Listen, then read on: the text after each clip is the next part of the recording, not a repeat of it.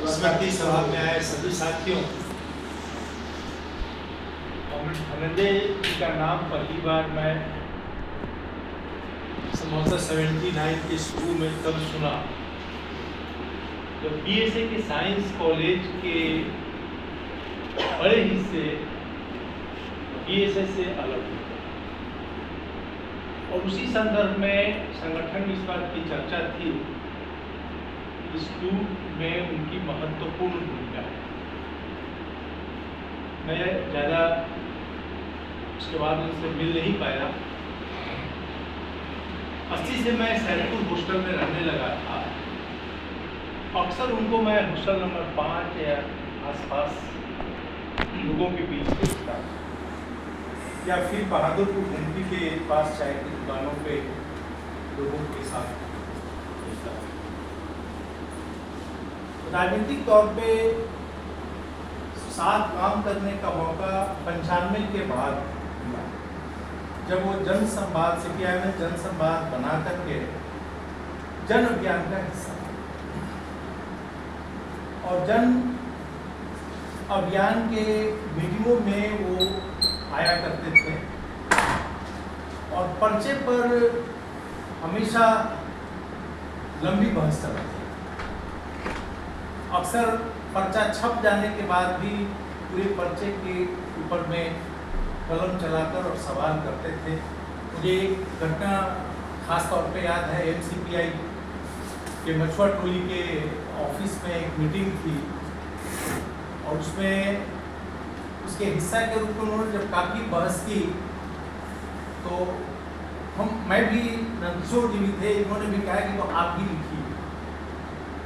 और यह उनका एक ऐसा कमजोर पक्ष था कि वो फिर जितने आत्मों होकर बहस करते थे उतना ही पीछे चले जाते और कभी भी हमने उनको वैचारिक बहस में कुछ लिखते हुए नहीं पाया। बातें बहुत करते थे, लॉजिक भी डालते थे, आक्रामक भी होते थे, लेकिन लिखते हुए हमने कभी नहीं पाया।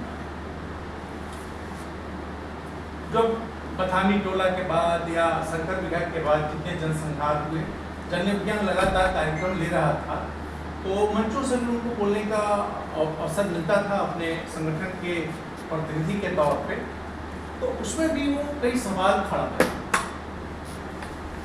लेकिन सवालों का जवाब उनके पास नहीं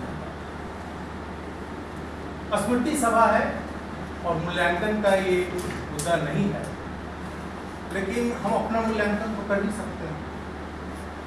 तो धनंजय जी से हम ये भी सीखते हैं और हमें सीखना चाहिए, खासकर मैं अपने बारे में कुछ कहना चाहूँगा कि सवाल सिर्फ प्रश्न उठाने का नहीं।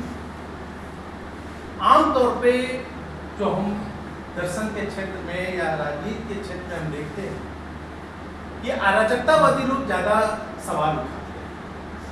क्रांतिकारियों के सामने टास्क यह होता है कि आप सवालों का जवाब ढूंढें और उसके लिए जूझें, उसके लिए सिद्धांत की दुनिया में, व्यवहार की दुनिया में आपको संघर्ष करना।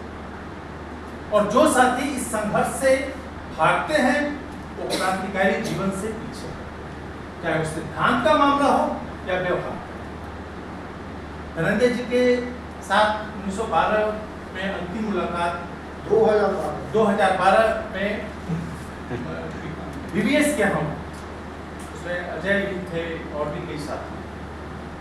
उसके बाद से फिर उनको हमने पटना में नहीं देखा, हमारी मुलाकात भी नहीं हुई, कोई बात भी नहीं है।